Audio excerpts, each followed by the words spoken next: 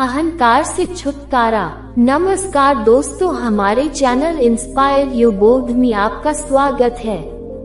तो चलिए आज की कहानी को शुरू करते हैं। एक भिक्षु शिष्य अपने व्यवहार के कारण लोगों की नजरों में गिरने लगा था, क्योंकि वह अहंकार में डूबा रहता था और इसी कारण वह परेशान रहता था।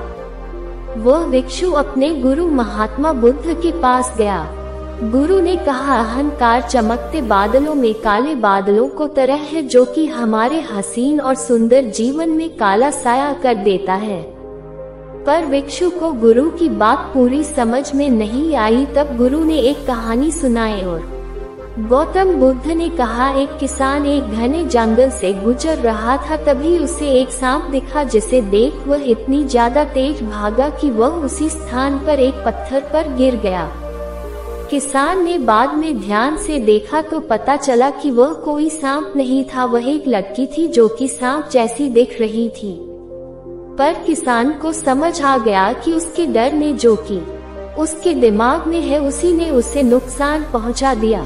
तब गुरु ने कहा, इसी प्रकार अहंकार जब तक हमारे दिमाग से खत्म नहीं होगा, वह तब तक हमें किसी न किसी प्रकार से नुकसान पहुंचाता ही रहेगा।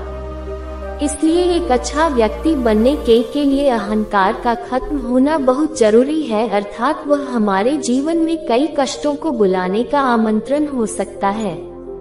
एक बहुत ज्ञानी भिक्षु सभी को ज्ञान की बातें बताते थे।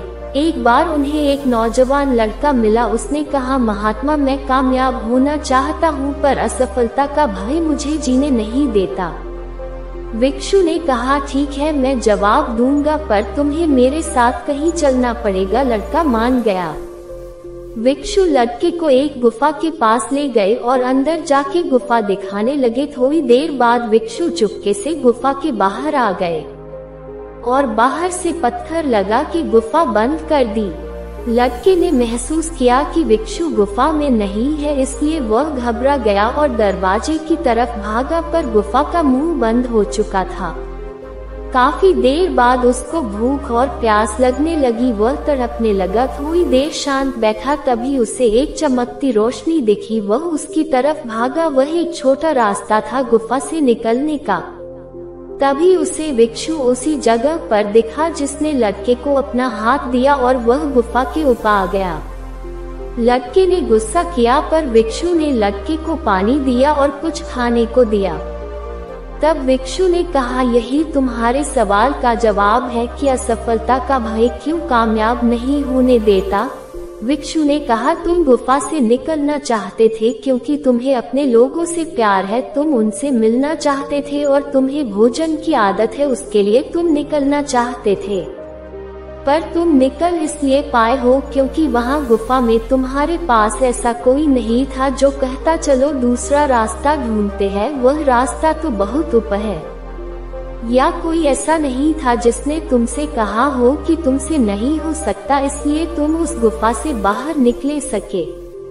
लड़का समझ गया कि अगर व्यक्ति की सफलता सच में जरूरी है तो उसे कोई नहीं रोक सकता, और ऐसे व्यक्तियों से दूर रहना चाहिए जो कि हिम्मत को तोड़ने का काम किया करते हैं। वह सफलता की राह में बड़ी मुसीबत है।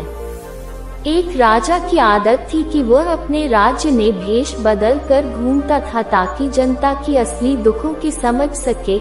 एक बार उस राजा को रोड पे पड़ा एक व्यक्ति दिखाई दिया। वह और उसका मंत्री व्यक्ति के पास गए तो पता चला कि वह मर चुका है और उसका मृत शरीर वहां पड़ा है। राजा ने कई लोगों से मदद मांगी, पर सभी ने उस व्यक्ति का चेहरा देखने के बाद उसके मृत्यु शरीर को छूने से मना कर दिया। राजा तभी एक व्यक्ति आया और बोला, भाई साहब, यह व्यक्ति इस नगर का सबसे बड़ा पापी व्यक्ति था, इसलिए कोई इसे छूना नहीं चाहता। अगर आप इसके शरीर के इसके घर पहुंचाना चाहते हैं तो आप चले जाए।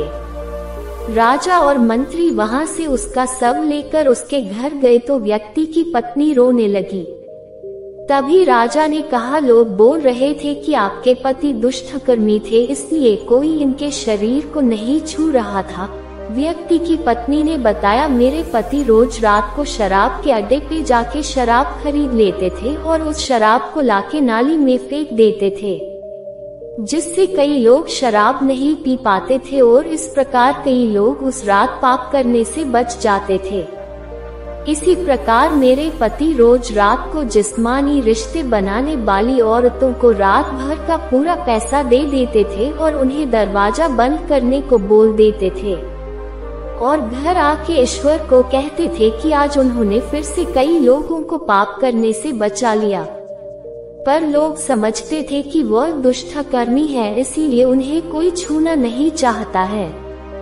पर उसी वक्त राजा ने कहा, मैं इस साम्राज्य का राजा हूँ और कल मेरे मंत्री और मैं आपके पति को कंधा देंगे और सारे राज्य को बताएं कि आपके पति महान